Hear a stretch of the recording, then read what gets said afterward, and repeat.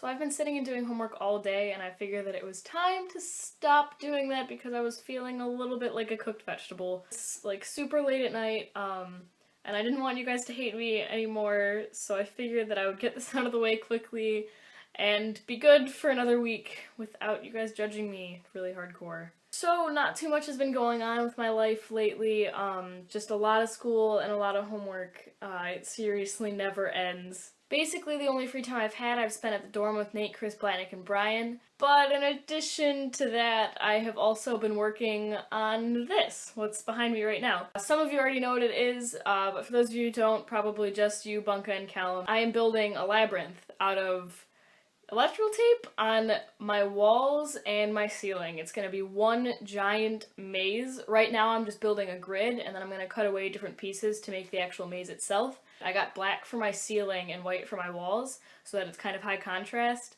and it's seriously going to cover every inch of my walls besides where the furniture is. And then I set aside one wall over there for posters, and I'm really excited about it. And we're actually going to add Jazeel to the group of people making videos, since some of us miss weeks every now and then. I'm sorry, okay? I guess I kind of missed the past two topics. As for childhood memories, I guess I could talk about all the horror stories that I've had with animals, since Nate kind of brought that up in Brian's video. Also, my hamster didn't start eating itself. That's not possible, I don't think. Yeah, no, but it was cannibalistic in that it ate 4 of its 9 babies. Yeah. The other 5 I either moved to separate homes or kept with myself in my room. And I had 2 in a separate cage from the mom because I was a little bit worried about her cannibalistic tendencies. They lived for about a year until one of them apparently just ate the head off of the other one while it was still alive. That was a lovely sight to walk in on.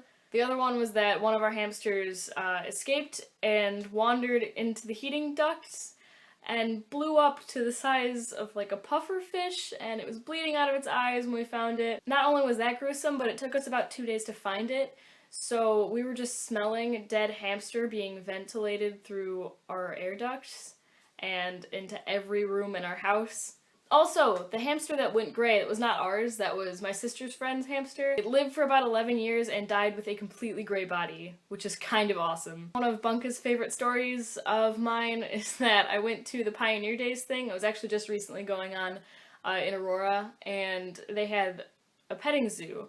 And there were goats at this petting zoo. They gave us ice cream cones without the ice cream in it, just the white, like, kitty type cones to feed to the goats through the fence. I adored it. This goat was just loving up this ice cream cone.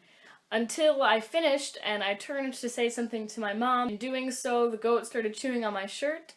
I thought it was hilarious. I really didn't care. I was like 10 years old. Oh, psh, there's a goat chewing on my shirt. Cool. I turned back around to my mom and I just hear this faint and I look down and there's just this orange, disgusting blob of goat vomit on the lower right-hand corner of my white v-neck. Oh, and we had a tank of fish not too long ago. There were about 14 neon tetras that we had, and they would swim around in a little school, and they were really adorable and really awesome. One day we noticed that these neon tetras were slowly dwindling. Yeah, they were all being stuck to the filter. They were just too small for its strong currents, and all but 2 of them died. We also had a cat. It was a stray cat that my dad found in one of the abandoned houses that he would inspect for being a house flipper thing in Cleveland. 3 days after he brought it home, we took it to the vet to get it checked out to make sure it didn't have anything wrong with it, and in doing so we found out that it was pregnant. I was ecstatic because I was a little kid and I loved kittens because I was a little kid. About a month later, the cat had the kittens. There were 5 of them, all of which were blind and deaf and died within the first couple days. About 2 months down the road, the cat ran away to our neighbors down the street, who took her in and still have her. They named her Noodles. Oh, and we used to have a dog.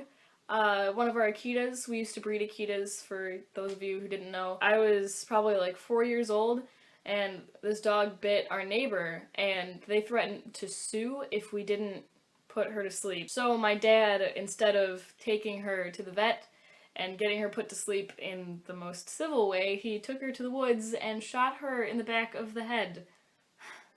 I think that about rounds it up for my horror stories. Bunka, you wanted to know about the weirdest geological thing that's on our campus, and I honestly do not have an answer for you. Our math building is in the formation of a cosine, but that's not really...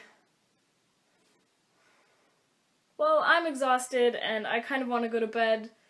I guess I will see you guys next week for some of you, and the other half of you I will see most days of the week. Bye!